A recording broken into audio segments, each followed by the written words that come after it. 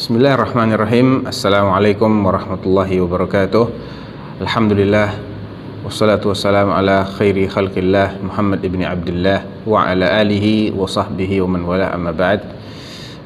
Ayyuhal ikhwah, para wali santri yang dirahmati oleh Allah Subhanahu wa taala.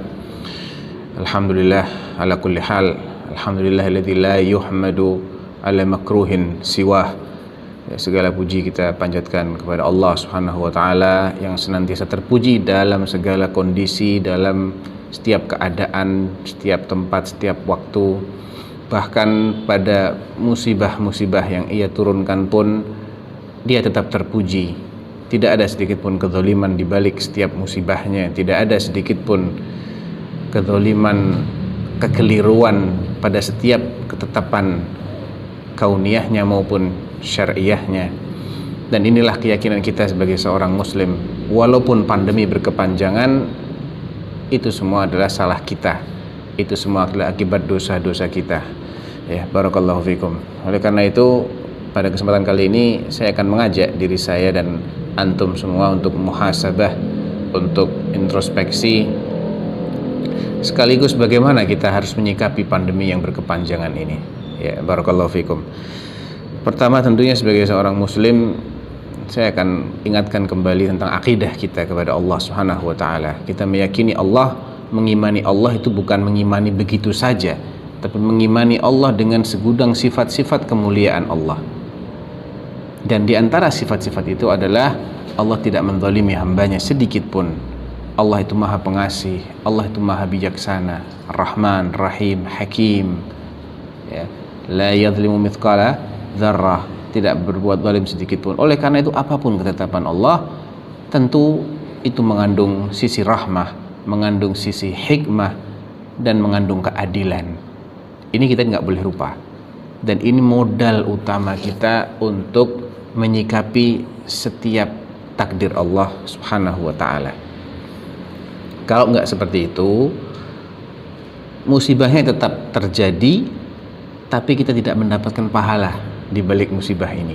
Ruginya dua kali ruginya. Orang yang sabar, dia akan mendapatkan pahala di masa pandemi ini. Orang yang tidak sabar dengan mempersalahkan Allah Subhanahu wa ta'ala, subhanallah, atau dengan menganggap ini adalah bentuk ketidakadilan Allah, pandemi tidak selesai dengan kata-kata dia itu, dan dia justru mendapatkan yang lebih besar daripada musibah pandemi ini, yang bahkan bisa mengantarkannya pada kekufuran, wal iyadzu billah. Ya. Faman radhiya falahu ridha wa man sakhita falahu sakhat. Siapa yang ridha, dia akan mendapatkan keridhaan Allah, dan siapa yang murka, dia akan mendapatkan kemurkaan Allah. Ya. Taib. Berangkat dari sini, seorang muslim dalam kondisi-kondisi seperti ini dia akan bersabar, karena itulah tuntutan dari keislaman dia. Muslim artinya mustaslim, pasrah. Pasrah diatur oleh Allah Subhanahu wa taala. Tunduk, mau diapa-apakan sama Allah, sami'na wa ata'na. Itu muslim namanya. Itulah mukmin. Nah, bagaimana cara kita pasrah dalam kondisi seperti ini? Pasrah bukan berarti tidak berbuat apa-apa, bukan. Akan tetapi dia menyadari bahwa di balik keputusan Allah ini ada kebaikan bagi dirinya,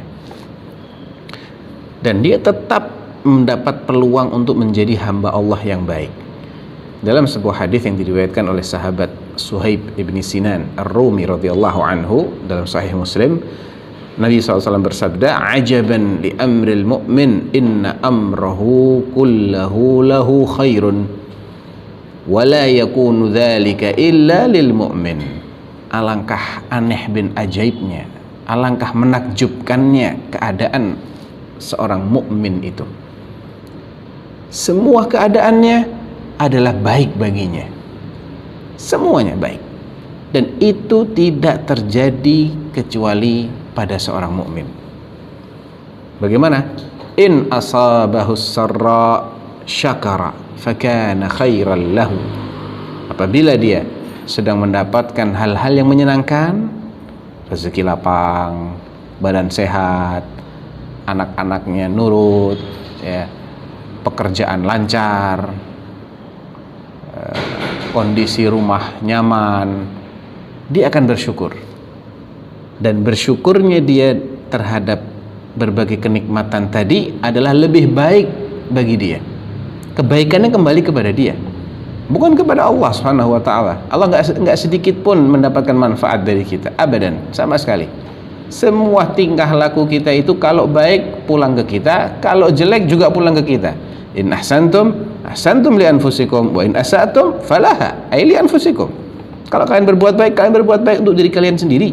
Dan kalau kalian tidak baiknya juga kepada diri sendiri, karena akibatnya kita yang nanggung, bukan orang lain. Fa in asabahu sarra syakara fa kana khairan lahu wa in asabahu dharra sabara fa kana khairan lah. Sebaliknya ketika dia sedang ditimpa hal-hal yang tidak menyenangkan, sakit, pekerjaan susah, dagangan gak laku, anak-anak di rumah terus biasanya susah diatur, kerjaannya main aja,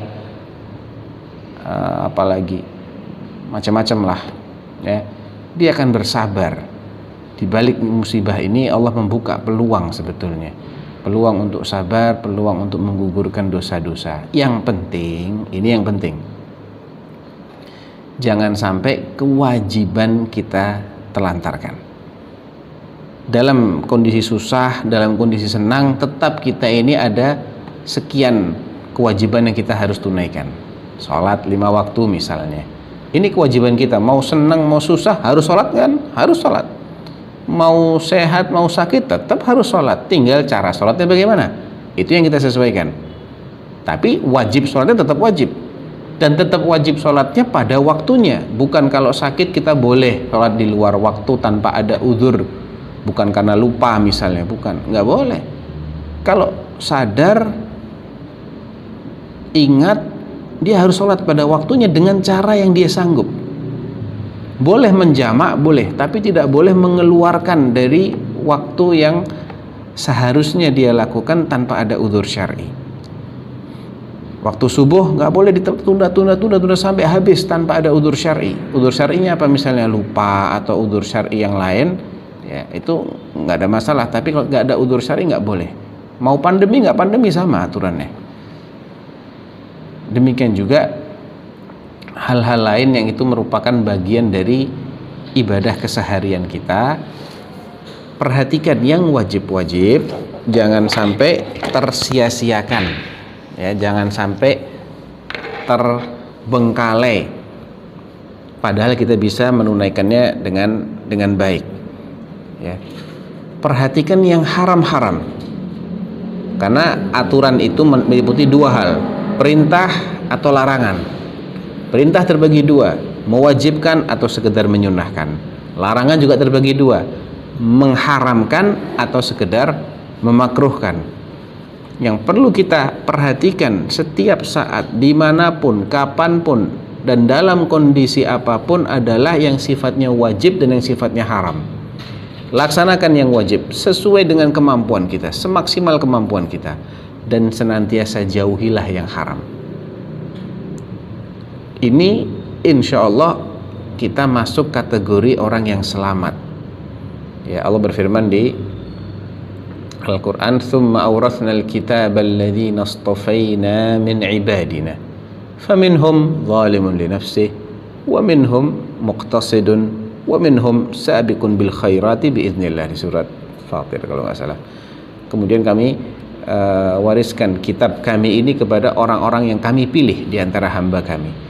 Di antara mereka ada yang zalimun li nafsi. Penjelasan tentang zalimun li nafsi, orang yang menganiaya dirinya sendiri, menzalimi dirinya sendiri, ini adalah yang belum menunaikan semua kewajiban. Artinya ada sebagian kewajiban yang dia tunaikan, ada yang dia abaikan, dan tidak menjauhi semua yang diharamkan. Ada yang dijauhi, ada yang masih dilanggar. Ini zalimun li nafsi, menzalimi dirinya sendiri. Dia akan terkena konsekuensi dari perbuatannya. Wa minhum muqtasid, ada lagi yang ngepas, nggak kurang nggak lebih. Saya akan laksanakan yang wajib-wajib tok, nggak tambah yang sunnah. dan saya hanya akan jauhi yang haram-haram tok tanpa menjauhi yang makruh. Ini muqtasid, ya, dia ngepasin saja. Ini masih selamat, walaupun dia tidak akan mendapatkan kedudukan yang terbaik karena dia hanya minimalis, ya, beragamanya itu minimalis, tapi itu lebih baik daripada zalimun li nafsi. Dan ada lagi wa minhum sabiqun bil khairat biidznillah, ada yang berlomba-lomba dalam kebaikan, yang wajib-wajib mereka tunaikan semuanya dan mereka menambah yang sunnah. Jadi lomba-lombanya itu pada yang sunnah. Kalau ingin berlomba itu adalah wajibnya selesai dulu, setelah itu ayo kita berlomba dalam yang sifatnya sunnah. Wajibnya sudah bagus, sudah tamam, tuntas, tambah yang sunnah.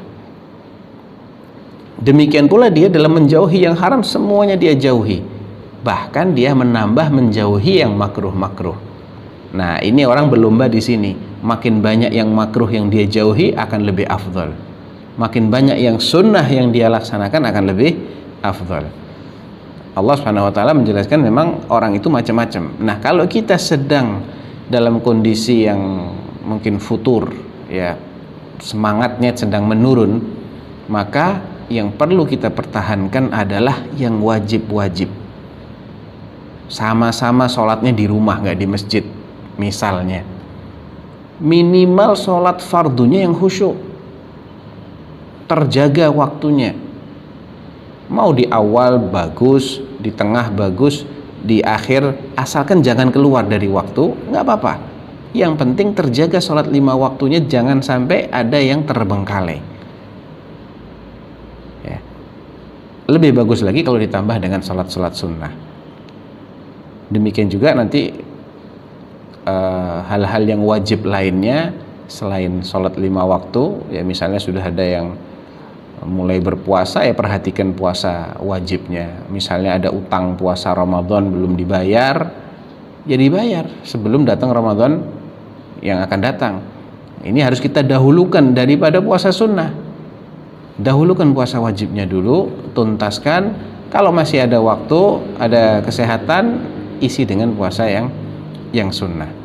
Jadi salah satu solusi kita dalam menghadapi kondisi-kondisi yang luar biasa seperti ini adalah kita memiliki skala prioritas. Kita harus tahu skala prioritas itu penting sekali, karena mungkin tidak semua yang kita inginkan kita bisa lakukan karena keterbatasan waktu, karena kondisi dan lain sebagainya. Oleh karena itu kita harus dahulukan yang paling penting dulu, yang paling dicintai oleh Allah, yang paling besar pahalanya. Dan itu sudah dijelaskan oleh Allah Subhanahu wa taala dalam hadis qudsi riwayat Imam Muslim dari sahabat Abu Dzar kalau nggak salah. Allah mengatakan, wa ma taqarraba ilayya 'abdi bi syai'in ahabba ilayya mimma aftaradtuhu alaih. Tidak ada sesuatu ibadah taqarrub kepada Allah yang lebih Allah cintai daripada ibadah-ibadah yang hukumnya wajib, yang Allah wajibkan bagi kita. Sama-sama ingin taqarrub dengan sholat, maka yang paling dicintai adalah kalau dia melaksanakan sholat wajib. Itu yang paling dicintai oleh Allah, itu yang paling mendekatkan diri kita kepada Allah. Wala yazalu 'abdi yataqarrabu ilayya bin nawafil hatta uhibbah. Ketika yang wajib-wajib sudah beres, tambah yang sunnah, pertahankan yang sunnah-sunnah.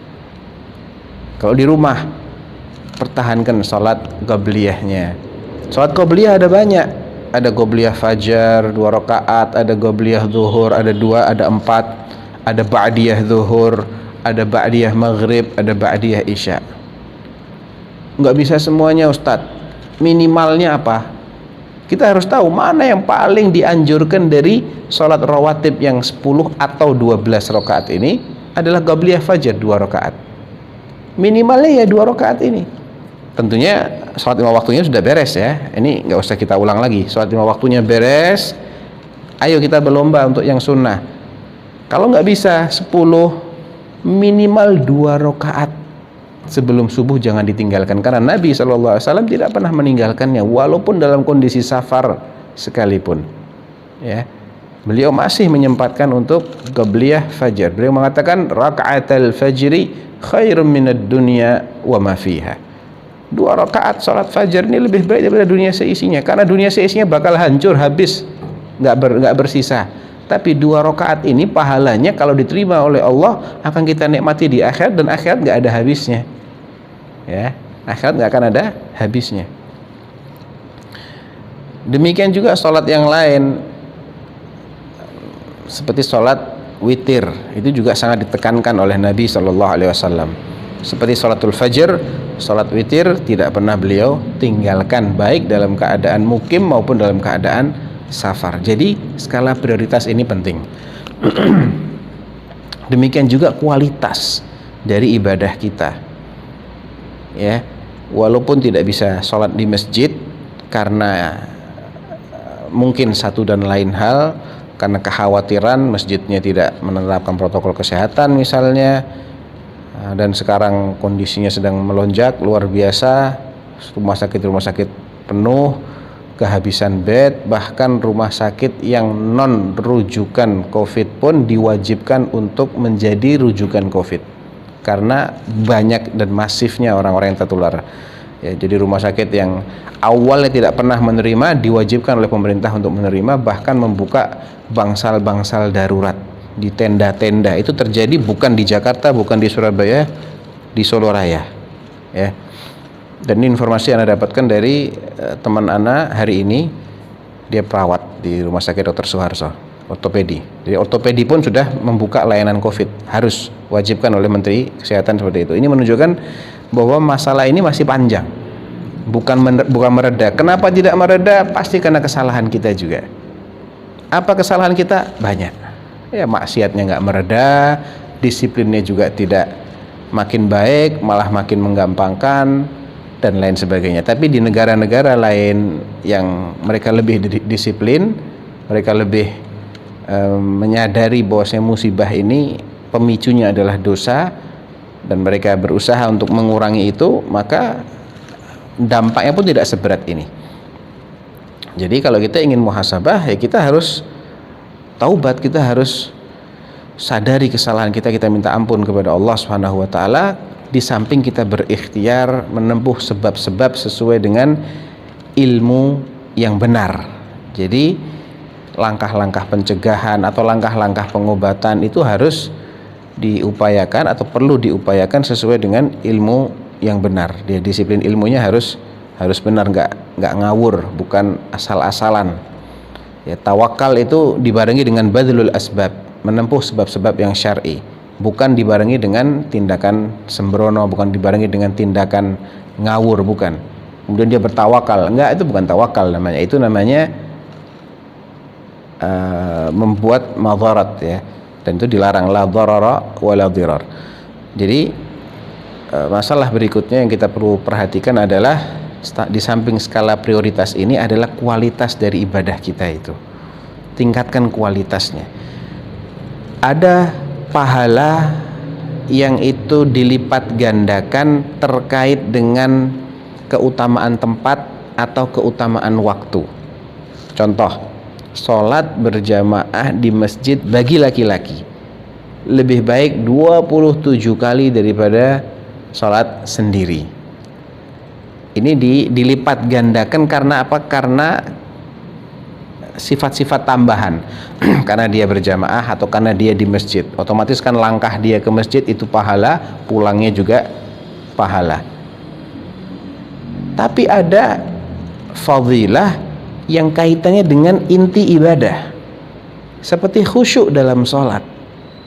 Ada 2 sholat, yang satu dilakukan berjamaah di masjid, yang satu di rumah.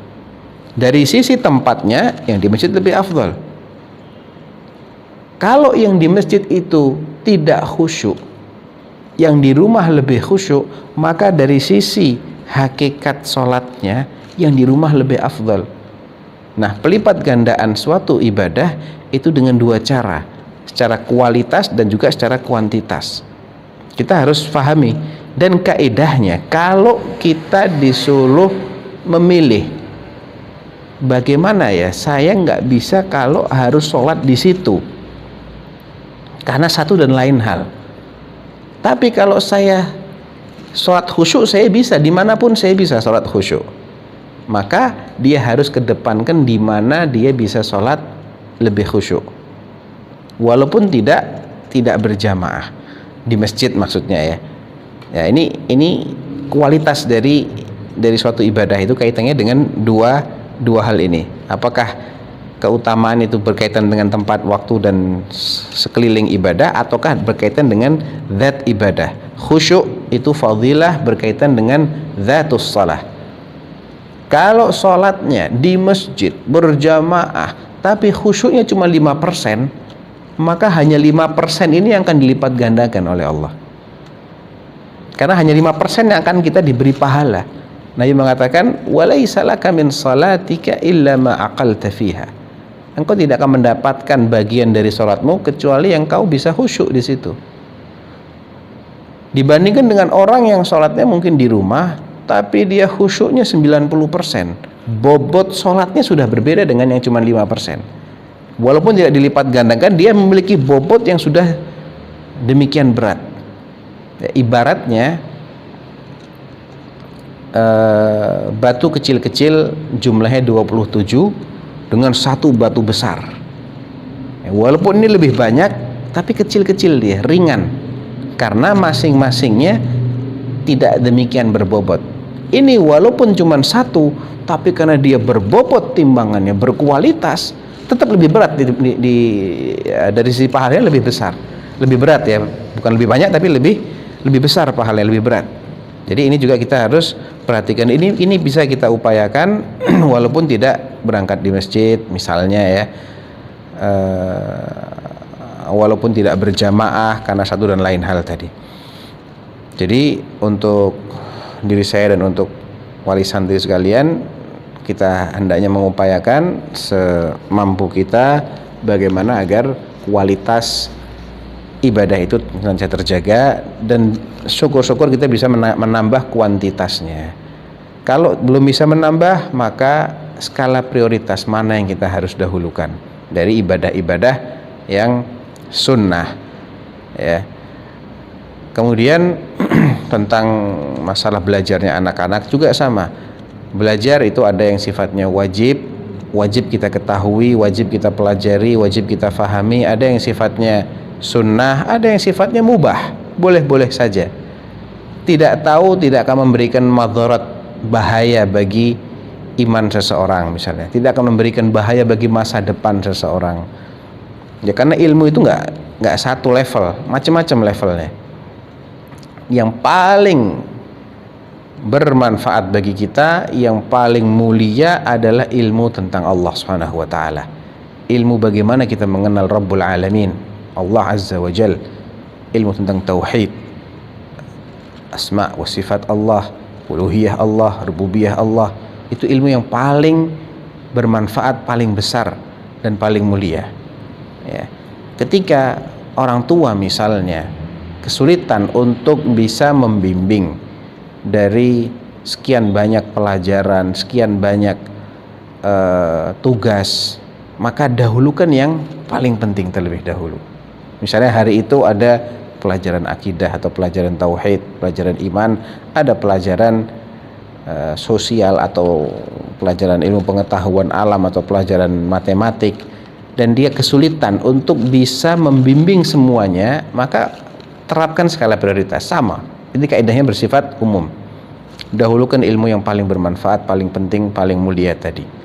Kalau ada sisa waktu, ajarkan yang lain-lain ya. Jadi itu mungkin beberapa tips bagi orang tua untuk membimbing anaknya di masa pandemi yang memang berkepanjangan ini, yang tadinya kita harapkan diakhiri tanggal 25 ternyata harus diperpanjang. Itu juga ada hikmahnya, dan itu juga karena dosa-dosa kita juga. Kenapa diperpanjang? Pasti ada kesalahan-kesalahan kita, ada maksiat-maksiat, sehingga musibah ini pun juga semakin panjang. Oleh karena itu kita harus segera introspeksi ya, supaya musibah ini bisa segera berlalu ya. Mungkin itu ya beberapa nasihat atau beberapa share ilmu yang bisa Ana sampaikan dalam kajian parenting kali ini. Mudah-mudahan bermanfaat. Yang benar dari Allah Subhanahu wa taala, yang salah dari saya sendiri. Wallahu taala alam. Wassallallahu ala nabiyyina Muhammad wa ala alihi wa sahbihi wasallam. Wassalamualaikum warahmatullahi wabarakatuh.